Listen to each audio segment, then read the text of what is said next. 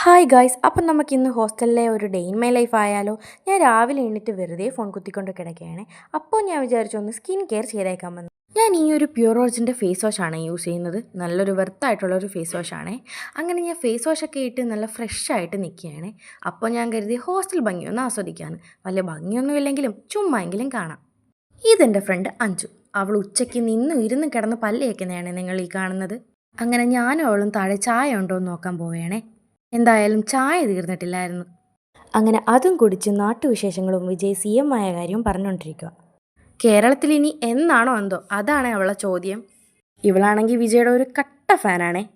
അങ്ങനെ ഇരുന്നപ്പോൾ ഉച്ചക്കത്തെ ഫുഡ് വന്നേ. അങ്ങനെ ഞങ്ങൾ ഫുഡ് എടുക്കാൻ പോയപ്പോൾ നല്ല തിരക്കായിരുന്നേ. ഇന്ന് സൺഡേ ആയിട്ട് ഹോസ്റ്റലിൽ ഫ്രൈഡ് റൈസ് ആണേ. ഇപ്പം ഞങ്ങൾ ഈ നടന്നു പോകുന്നത് എവിടെയാണെന്ന് വെച്ചാൽ ഞങ്ങൾ നേരത്തെ ഓർഡർ ചെയ്ത സ്നാക്സ് വന്നേ. അങ്ങനെ അതെടുക്കാൻ വേണ്ടി ഞങ്ങൾ മെയിൻ ഗേറ്റിൻ്റെ അവിടെ പോയാണ്. അങ്ങനെ സ്നാക്സ് കിട്ടിയതിൻ്റെ സന്തോഷത്തിൽ ഞങ്ങൾക്ക് സ്നാക്സ് കിട്ടി ഗായ്സ് എന്നവൾ പറയുകയാണേ.